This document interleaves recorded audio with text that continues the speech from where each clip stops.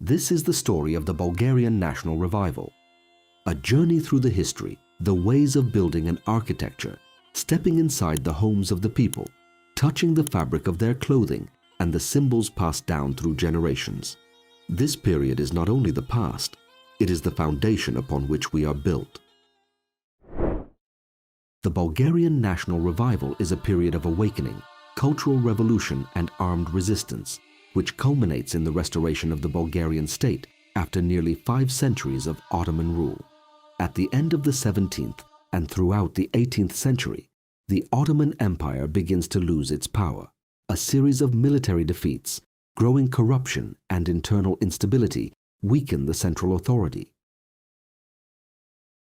Following the decline of the Timar system in the late 17th century, Bulgarians begin to enter the economic life of the empire more actively. Merchants reach the markets of Western Europe and Constantinople. An economic rise begins. Agriculture grows, crafts flourish, and the first manufactures appear. With wealth come new ideas for education, national identity, and what a modern world looks like. This new economic rise also brings a spiritual awakening. In 1762, the monk Paisi Hilendarski writes Historia Slaveno-Bulgarska, the first successful attempt to gather and popularize Bulgarian history. After him, Sofroni Vrachansky publishes the first printed book in modern Bulgarian, and Petar Beron publishes Ribnia Bukvar, the first modern Bulgarian textbook widely used. Their words awaken self-awareness and inspire the belief that the Bulgarian people have not only a glorious past, but a worthy future. The people begin to seek their roots, their history, and their place in the world. New schools and community centers are established, the cultural hearts of the towns. The first Bulgarian newspapers and books appear. Education becomes the most powerful force of change.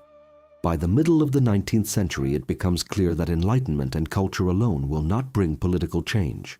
Organized resistance is necessary. Under the leadership of figures such as Georgi Rakovsky, who first creates a plan for liberation, Vasil Levski, who builds the internal revolutionary organization, Luben Karaveov, Hristo Botev, Georgi Benkovsky, Baba Tonka, and many others, the peaceful cultural struggle grows into organized preparation for an uprising. The culmination of this movement is the April Uprising of 1876. Due to betrayal and poor organization, the uprising is suppressed quickly and with exceptional cruelty. More than 15,000 people lose their lives.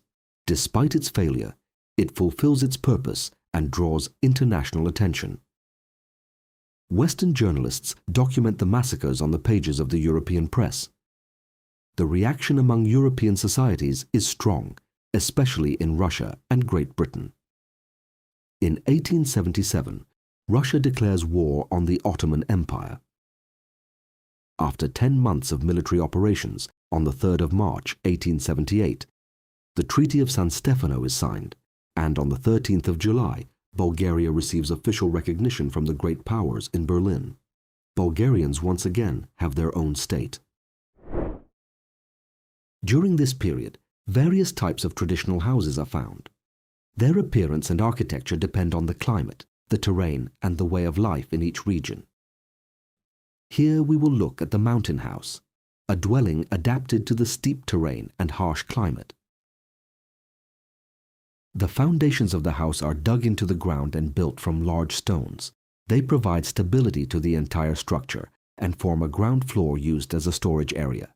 Above it, resting on wooden beams, the first floor is built. In mountain regions, stone is often used, providing good insulation and protection from moisture and cold. A lighter wooden construction is also used, built from wattle filled with mud and straw and plastered with white render. On this floor is the main room, the room with the hearth, called kashti. This is the center of the home, where cooking takes place and daily work is carried out. Next to it is a second room, the soba. It is brighter and more comfortable and serves for rest and sleep. The connection between the home and the yard is made through an open veranda called a chardak, which serves for rest, work, and socializing, and is a favored place during the summer months. In larger and more prosperous homes, a second residential floor is built, constructed primarily from wood. This floor is characterized by oriel windows, projecting sections of the facade with windows that expand the interior space and provide more light and a better view. Here, one finds a room for receiving guests, as well as additional rooms for the elderly parents and family members of the household. The roof is adapted to mountain conditions. It must withstand heavy snow and strong winds, and so is most often covered with heavy stone slabs called tikli. The building materials are always local, dictated by nature.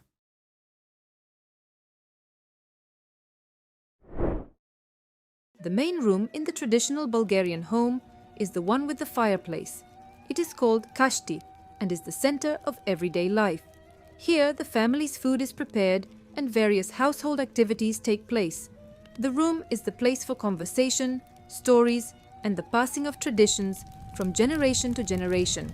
In the evening, all members of the household gather here. The fire is the woman's responsibility. She lights it every morning, tends the embers throughout the day, and ensures it never goes out completely. There is also an established order for bringing water. Carrying it is the responsibility of the young women. Transport it from a well or fountain using a shoulder yoke with jugs, pails, and clay vessels. Along the shelves, kitchen essentials and other everyday objects are arranged. The everyday black trays, darkened by fire, sit on the lowest shelves. The tinned bowls and copper plates are kept highest, brought out only for holidays or when receiving guests. There is a clear rule for the use of them. Clay ones are used for vegetarian dishes, while copper plates are for meals with meat. Meals are taken around a low round table. Dishes are served in shared wooden or clay plates with wooden spoons. Bread holds a central place in the Bulgarian home. The wooden vessel for kneading bread is called a noshtvi. It is a sacred vessel passed down from mother-in-law to the young bride. Next to kashti is the soba, a quieter and cleaner room in the house, not used for cooking or heavy work. Guests are welcomed here, and it is a place of solitude, silence, and order.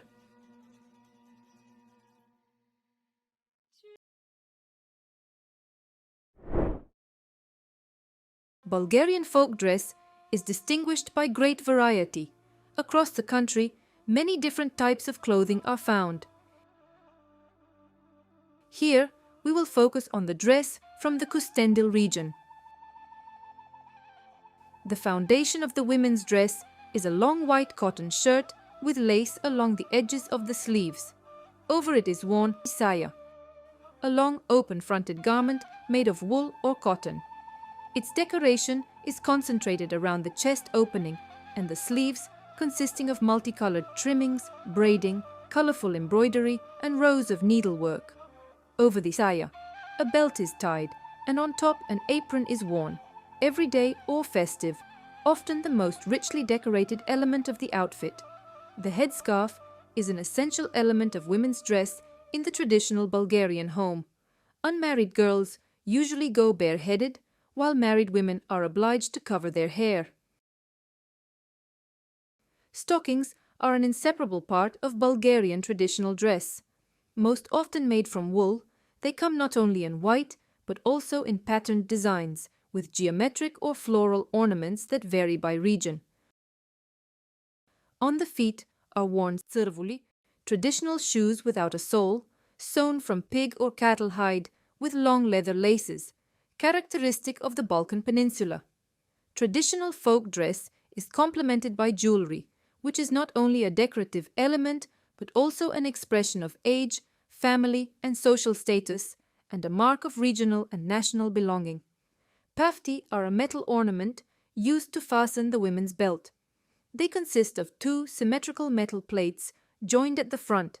They are worn mainly by women, most often by young brides, as part of the festive dress. They are used at weddings, celebrations, and ceremonial occasions. Earrings are among the most beloved ornaments.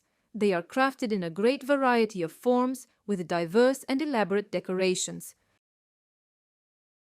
Bracelets in Bulgarian folklore are made of metal, leather, or textile, often decorated with stones or beads. Their role, beyond ornamentation, is protection from evil forces. Necklaces are crafted from metal elements, coins, or beads. They serve as decoration for the chest and are worn primarily during celebrations.